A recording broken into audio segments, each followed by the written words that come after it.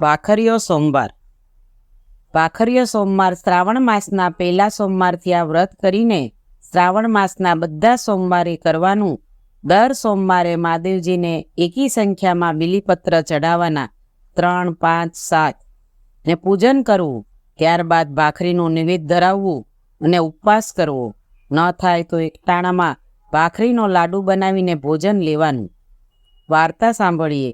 એક ગામમાં સોમેશ્વર નામે એક બ્રાહ્મણ તેની પત્ની સાથે રહેતો હતો. દયાળુ હતો અને બ્રાહ્મણી પણ ગુણિયલ અને પતિવ્રતા હતી. તેની હાલત સારી નહીં છતાં રોજ એકાદ ભૂખ્યા માણસને જમાડીને જ ભોજન કરતો. એક દિવસ ભિક્ષા ન મળવાથી બ્રાહ્મણી મૂંઝાયા કે ખાવું શું. બહુ વિચાર કરીને આખરે બ્રાહ્મણીએ મહાદેવજીની પૂજા કરવા બ્રાહ્મણને કહ્યું. તેને વિશ્વાસ હતો કે ભોળા શંકર જરૂર દુઃખ દૂર કરશે.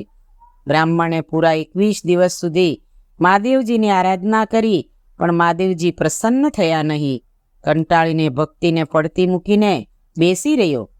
એક દિવસ મહાદેવજી સંન્યાસી વેશે તેની પાસે આવ્યા અને પોતાનું ભિક્ષાપાત્ર ધરી ઊભા રહ્યા.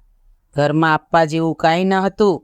એથી બ્રાહ્મણ અને બ્રાહ્મણી ચિંતામાં પડી ગયા. એને પગે લાગી પોતાની ગરીબાઈ બતાવી એટલે સંન્યાસી બોલ્યો કે હે વિપ્ર, તમારું દુઃખ ભાખરીયા સોમવારના વ્રતથી ટળશે. આદિ વ્યાધિને ઉપાધિ સર્વે ટળી જશે. શ્રાવણ મહિનો આવે ત્યારે તેના પહેલા સોમવારથી આ વ્રતની શરૂઆત કરવી. દર સોમવારે મહાદેવજીને 3, 5 કે 7 બિલીપત્ર ચડાવવા, પછી તેનું પૂજન કરવાનું અને ત્યારબાદ ભાખરીનું નૈવેદ્ય ધરાવવું. આ રીતે શ્રાવણ માસના બધા સોમવારે વ્રત કરવાનું. નિવેદમાં અડધો શેર ઘઉંના લોટની 5 ભાખરીઓ બનાવવી.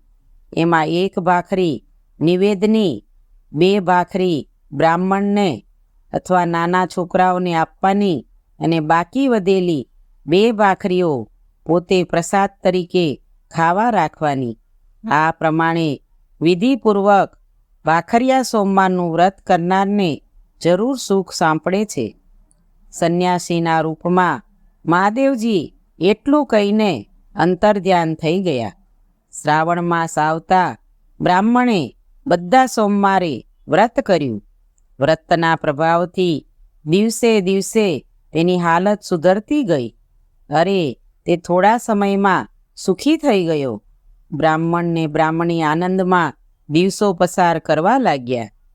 જો કોઈ આ ભાખરીયા સોમવારનું વ્રત શ્રદ્ધાપૂર્વક કરશે અને આ કથા વાંચશે, સાંભળશે, એને સુખ શાંતિ મળશે. બોલો ભોલેનાથ કી જય. ઉમાપતિ મહાદેવ કી જય.